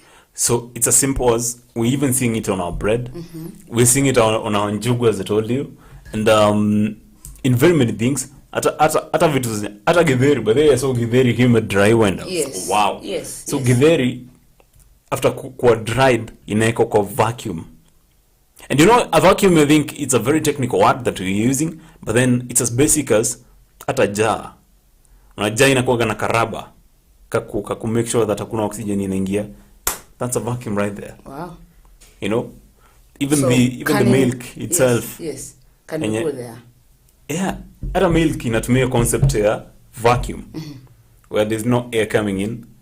So that means the bacteria that are responsible for decomposing are not surviving in there, or some sort of you're creating a very harsh condition for them, Sure. non-conducive. And these are very, as long as you have the concept, you can even create your own way, as long as you have the concept of Yes, what's how important is having things the work. concept on how Yes. it's done. Yes. Okay.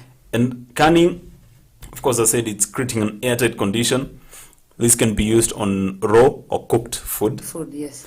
What you do is you can use seal jars, and more of it is they kill bacteria in the jar, and some even kabla ya kukan, they heat first to kill some sizable amount of bacteria, and then wanaeka air condition mbaya in that, okay, there's no oxygen coming in. Yes, sure. For the bacteria. So once you start looking things that way, that's when you start seeing why things are packaged the way they're packaged. Oh, so canning is one of the best ways also Canning, to yeah. use in preserving our foods. Yeah. Yeah, it may appear traditional, but even now you can use it. Remember, we said we're not telling you now to abandon this and adopt this. Yes. Just helping you to understand that in your own small way, you can still preserve food. Goes a long way to have a long shelf life, so that you're able to avoid what you call food wastage. Because for us, you were saying no more food wastage. Yeah, so we don't need to waste food. And before I come to you again, I've just remembered, and I think we're going to do more research on this. Yes. There's a way you can preserve food to remain hot by using the traditional, they used to call it, I'm forgetting the name. You see, there are those baskets zilikuwa zimebebwa kitambo na kina mama inushago wanaweka kwa kichwa, wanaenda kwa mashine kusiaga. I'm actually losing the right name for it. There's a way inatengenezwa ndani. You see, the studio is kwamba imetengezwa, it's soundproof. Kwamba nikiwa hapa and I'm talking, probably someone outside may not be able to hear. So there's a way they're also prepared with the black material inside there, and then once you've cooked your food and put there na umefunika, even the kifiniko pia imekuwa imetengezwa kwa uzito. Just I'm using the analogy of our studio, just like that. You see, when you open our door, it's very heavy, kwa sababu ya material imetengezwa hapo nyuma kwa ya kuchukua sound. So kifiniko pia ya hicho kifaa kimetengezwa especially the black material in a manner that is good. It can work for you to ensure that your food remains hot, but there's also a way that is done to ensure that your food remains cool, like water. You put you talked about some water down in Marsabit, ambayo ilikuwa inawekwa alafu. Yeah. Unapata iko very cold. Iko very cold. You know, temperatures there are reading close to 40 degrees. Yes. Lakini mtu akona maji inasoma karibu 8 degrees. Yes. And you wonder how do they do that? And they've not put in, especially in the western part of Kenya. I don't know other places. We still have the traditional pots, the pots. Yeah. So they put in western, if you want to preserve water or you want to cool your water, you don't need a fridge. You just put your water in that pot for like 2 hours. Hata kama umeweka kwa wapi mahali ko hot, the water will be as cold and cool. You take it and you're like, yes, I want this water. Inakuwa na taste ingine unique. Very sweet water. Wow. Yeah, actually, yeah. So, actually, more of, people are living even way before the industrialization and technology invention and innovations. And this is what you're reviewing. Some of the things that we were working, and then, zikakuja, some of things were invented, and now we are moving the technology way. Lakini, well. Some of us, especially the young generation, you feel like when you hear about some of these things, you say, no, these ones are outdated, without knowing that this is helping. Understanding, Some of us live longer lives, So that's key for us. At the same time, there's something about oiling you want to tell us. But before then, if you want to preserve food, or just keep it hot, maybe food ambayo unafaa kula. Kitambo kama siku hizo utasikia people use hot pots. Maybe they put food to ensure that it remains warm for today. But in siku za kitambo hakukuwa na hizo hot pots. What people used to do, and it still works even today, for some foods like ugali and even bananas that are cooked, cooked and mashed. So when you cook your ugali, what you do, you can once the ugali is ready, or your mashed or your potatoes are ready, umemash vizuri, to keep your food hot, you wrap, you get banana leaves that are clean. You clean the banana leaves here, tunaosha panguza tu vizuri the banana leaves, then put your ugali there and wrap very, very well. and put it somewhere that is the temperature is still high because if you want the food to remain hot, labda karibu na moto or somewhere. So when even after an hour, even after 2 hours, your food will still be hot. So you go and wrap the banana leaves. Then get your ugali very, very hot and with some unique taste. Or even you mashed bananas. And ask especially our brothers from Uganda, they will tell you. It's very, very exciting when you've prepared your bananas, mashed them. Kisha mash inamaanisha unangoja tu kama mnyama hivi kule nayo still get it hot. But kana na kuipata ikiwa hot, kuna taste fulani tu unique. Very unique taste, sweet taste about that ugali or about that mashed bananas that has been boiled. Wow, that's interesting. Yeah. Wow, that's take you really a walk interesting. around Western and Uganda. Actually, one of the places I've never gone to is Western. And I would love to go to Western. Kenya. I've wanted to go to Western. If you've not gone to Western, I want to just my friend, see how people do their stuff. Those people, there's so much knowledge. There's so much you can learn from them. Yeah, especially actually, in I know terms that. of traditional ways of preserving food. Yeah. There's so much you can learn from them. Actually, After your oiling, I think you'll tell me more about oiling, but I've seen this, my own mother do it. You have like oiling meat so that it stays for long. How? You've already, you bought your meat, you washed it, you salted it, and you dried it or rather roasted it, na moto ile kidogo makaa. And then the following day, what you can do again, instead of kuirudisha kwa waya tena uikaushe, you can get your roasted meat, put in a sufuria, and then put some little oil. Then kausha na hiyo oil kidogo, ikishakuwa moto, and then take it and put it somewhere again. You can use it tomorrow. So you oil the roasted meat. Dora, from today's conversation, what I'm seeing is the reason why we need to get more into understand more than one way of preserving is because one reinforces the other. Yes. If you've of course dried with some salt, ukiweka kwa hash, you're good to go. Sure. There's so much that only one process does not adding another one will make even more sense. Sure. And that's why we come to oil packing. Yes. Now this one applies to tomatoes, eggplants, herbs, onions, olives, all this happens, also the meat that you've said. And the basic concept of oiling is, when something is oiled, it insulates against oxygen coming in. So either way, the bacteria is suffocated because it doesn't have any oxygen, any supply of oxygen. And these are very basic concepts that you have seen being used on different products. And it's really interesting how easy some of these things are. Very, very, very interesting. As you said, your mother has been using some bit of oil on meat. I saw it. And it works. It really works.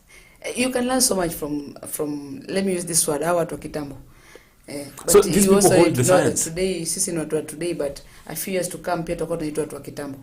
So it's important for you to learn so much from watu wa kitambo, but also remembering that there's some day hata utaitwa zilipendwa. I always say that. But Dora, it's something that I want to think this way, is that maybe all you've been doing is learning some of the things that you used to do, the science behind very many things.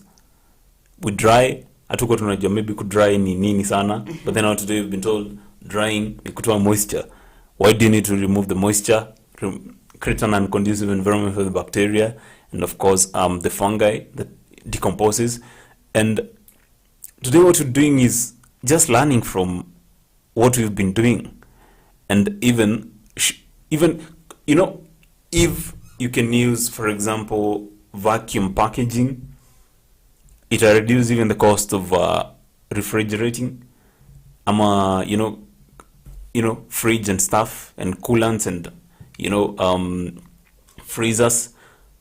And this reduces the cost of production also, and the cost of value addition, quote unquote.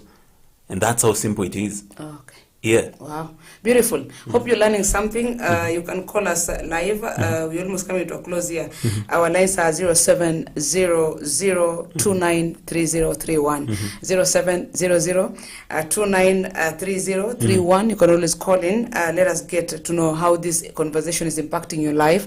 We also want to learn from you, okay? We learn from each other. Yes. We also want to learn from you. Probably there's something we've not been able to talk about. You can also help us get to know other traditional ways of being able to preserve food. And we also have a farmer's proverb coming in just a few. But before we get to that, as we come almost to the end here, I know, what will you say are some of the advantages? And I know there's something called fermenting, by the way. Yeah, also fermenting. Kandona ferment, uji, what else do you ferment? Or you can also, told you can ferment also milk. Yes, Okay, sure. Yeah, you can do that. Yes. And the basic concept is that you're converting carbohydrates to alcohol or organic acids. Yes, hapo kwa alcohol, That's why something fermented. That's once you have milk, it brings many byproducts. You have maziwa lala, we have yogurt.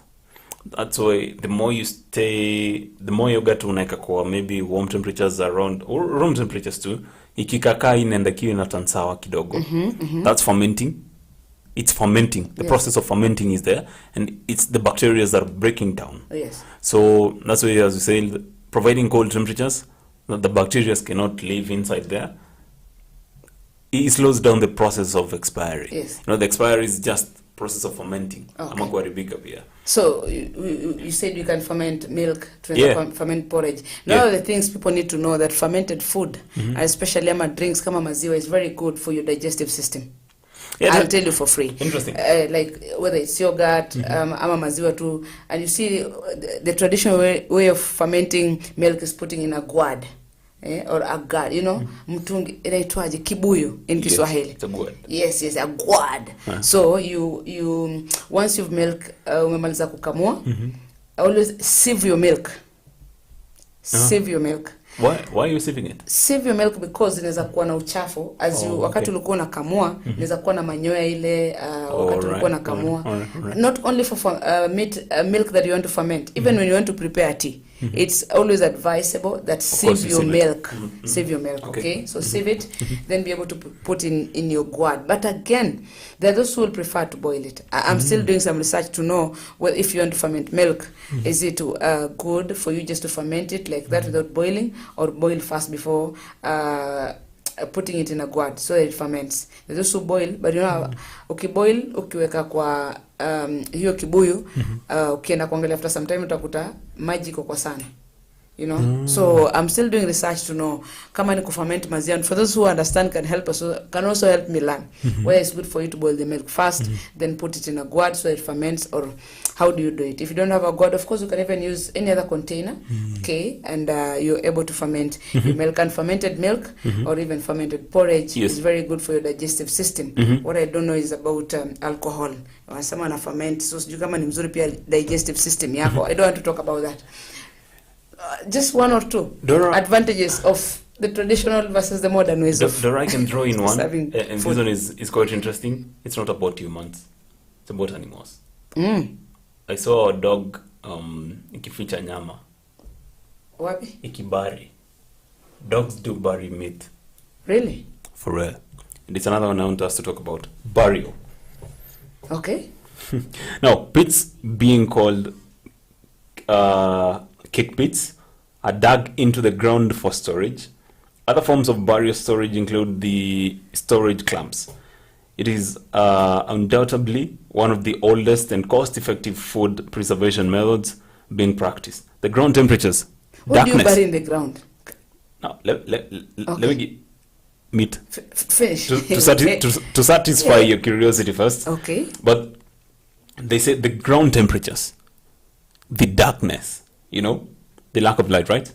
And humidity levels associated with burying are ideal for preservation, especially for root crops. Arrowroots, yes. Sweet potatoes and stuff, and meat from spoilage. Meat, Yeah. Sasa hapo kwa meat. So I bury. You bury. naiweka vizuri, yani nazika kwa udongo. Yep. For how long? No, Na hiyo meat tunafaa ku dry kwanza, to smoke, no. to roast. Just Ama hata do kama it. ni fry tu naeka. Do this. Dry it first. Of course, using maybe some salt. Yes. You've applied some good salt. Maybe you've added some nini kidogo, some mafuta kidogo, Yes. ya kupunguza oxygen levels. Then put it in a airtight condition. Maybe karatasi hivi yenye ingizi hewa. Alafu chimba chini. Chimba zika hapo. Alafu zike hapo. I Akisi never dogi knew- itakuja kufukua bwana. I never knew until I knew. No, si dogi itafukua nyama bwana. Of course you Wewe unangoja wageni wakuje waenda kuchukua nyama and you find there's no Alafu nyama. dogi inakula hapo tu nje mali wageni wanakuja. No. But again, Oh my. That's something new I've learned, Burial by the is way. quite an interesting one. Sasa Kama uko na tuzike nyama. apart from kuzika nyama, chukua your arrowroot, chukua your sweet potatoes. Hiyo inaweza kubali. them. But as you zika the arrowroots and sweet potatoes, are they raw? Yeah, they're raw. Okay. Haina Yeah. mea? Well, ukiwa umeimaliza, I think haimei tena. Okay. Yeah, I think I would say dry it first. Yes. Maybe yeke kwa jua kidogo, and then you can put it under the soil. Haitamea. I'm trying to imagine I'm preserving my potatoes or arrowroots or nduma, and then I go fukua after 2 days bwana imeshaanza kumea. Ikianza kumea, and you know that ikianza kumea may lose nutritional value. Okay. So make sure that it's dry. Yes. Okay, the reason I say you should not venye unaweza make sure that haitamea ni kuua hiyo moisture level. Yes. Yeye inachangia kumea. Exactly. Okay. So once you have the You Do go to that go. thing. Hapo Do kwa that thing. kubari. Lakini kubari nyama please. Please. Okay, if you bury then ensure there's no doggy. Amnaga doggy kwa compound. of course you can do on a controlled environment. Okay. Mali dogi yazifika. It's as simple as that. Usishtuke na mambo ya dunia, mambo madogo Mambo ya sana. dunia, si ndio? Yeah. Ndio kwa nasikia tu huwa na bari pesa. Anyway, maybe 2 or 3, like looking at the traditional versus the modern in terms of preserving the food. What do you think? You know, I'm looking at a case scenario of and I will want to base this argument on research. The fact that food wastage inaendelea kwa sababu we don't know even how to use some of this technology that we have seen.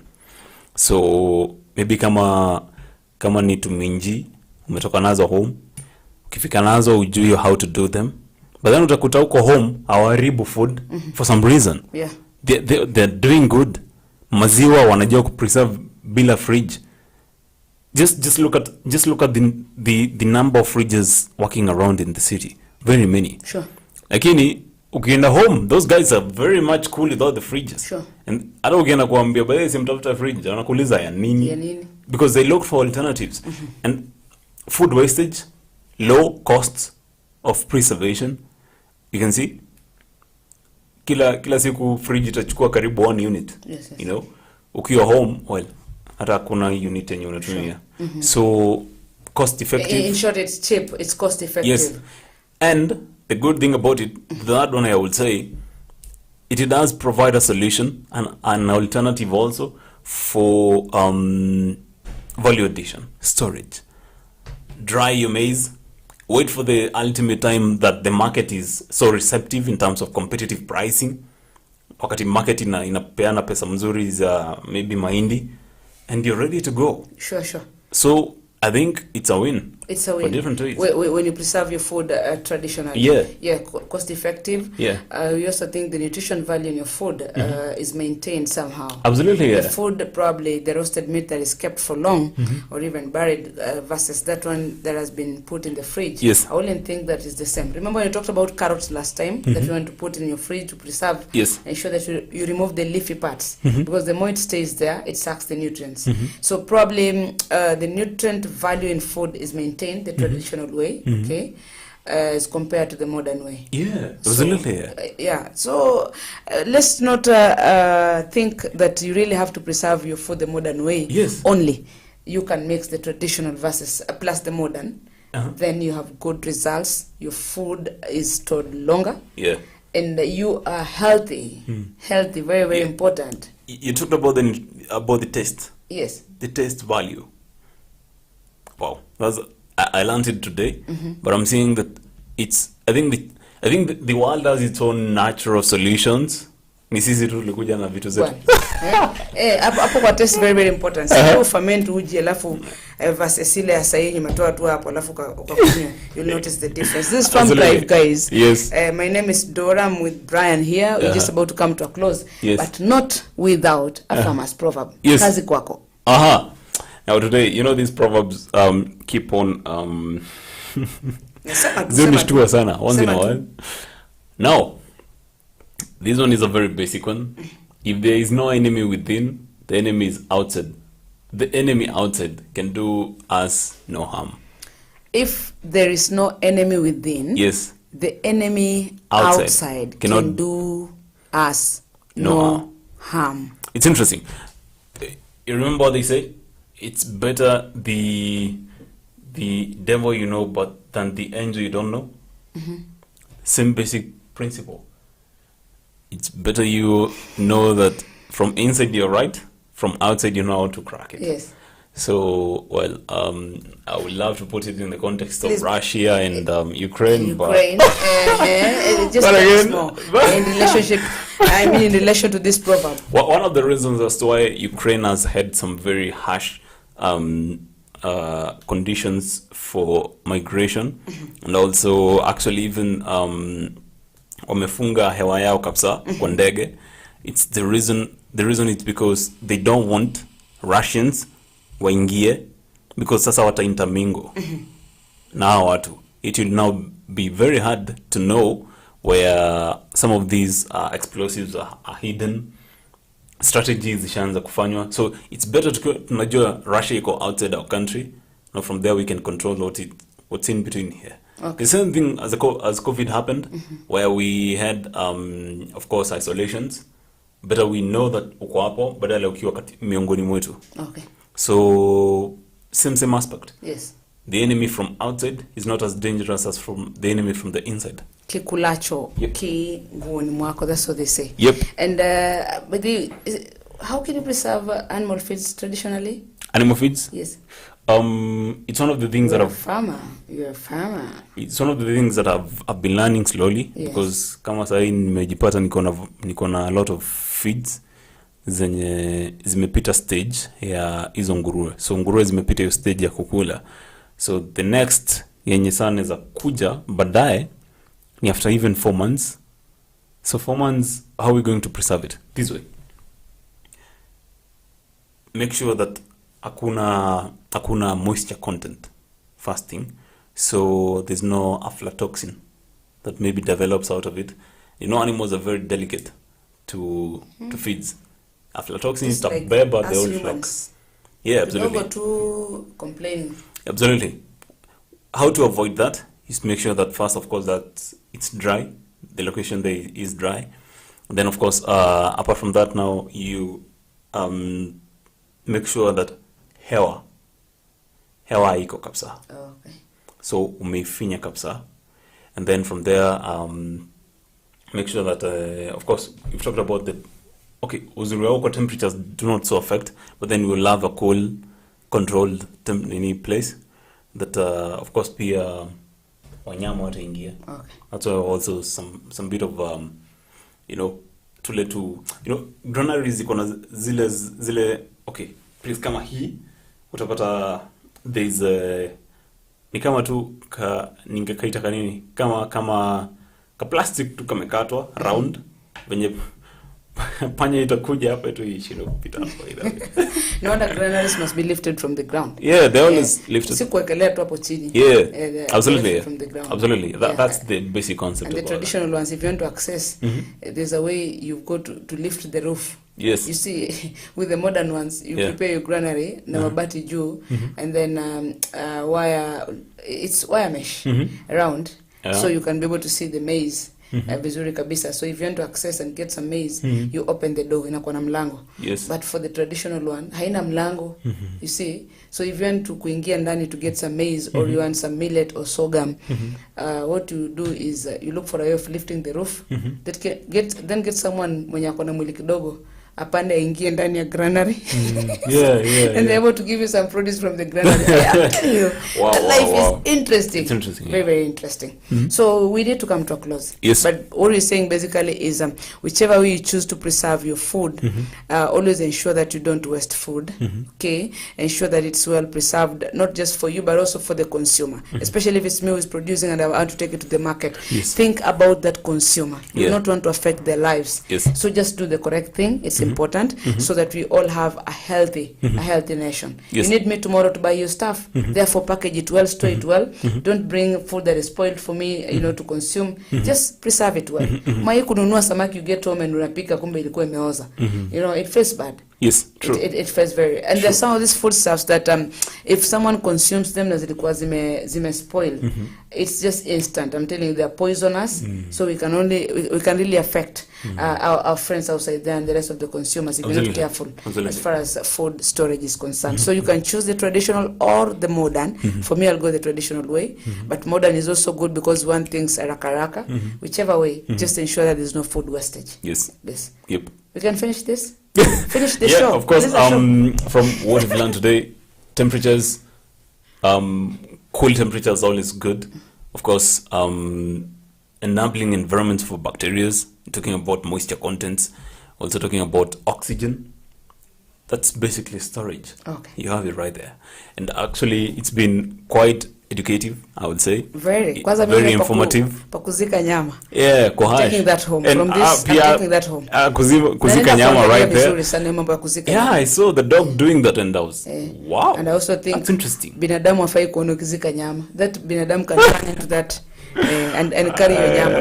That's food insecurity right there. Thank you guys for watching, and we salute everybody who has taken time to watch this show, and we hope you've learned something, because tomorrow we'll be back from 3 to 5 p.m. to make you learn more, as we also learn more and more. Thank you very much, Dora, for bringing me in. And thank you so much, Brian, for bringing me in as well. Thank you for the good job. We look forward to seeing you again tomorrow. Okay. Keep this conversation going on. You can always pick a few things from there. If there's something you want us to really tackle, a particular topic, a particular area, don't shy away from talking to us on our social media platforms. Facebook, it's important. On Twitter, you can always give us your message there, and you can see which is the best way to ensure that we keep you covered as far as farming is concerned. This is Farm Drive, and this is AFarmers Media. I am Dora Manya. My name is Brian Mwenda. Until tomorrow, we say make money, and make sure you tune in tomorrow early enough. Asante.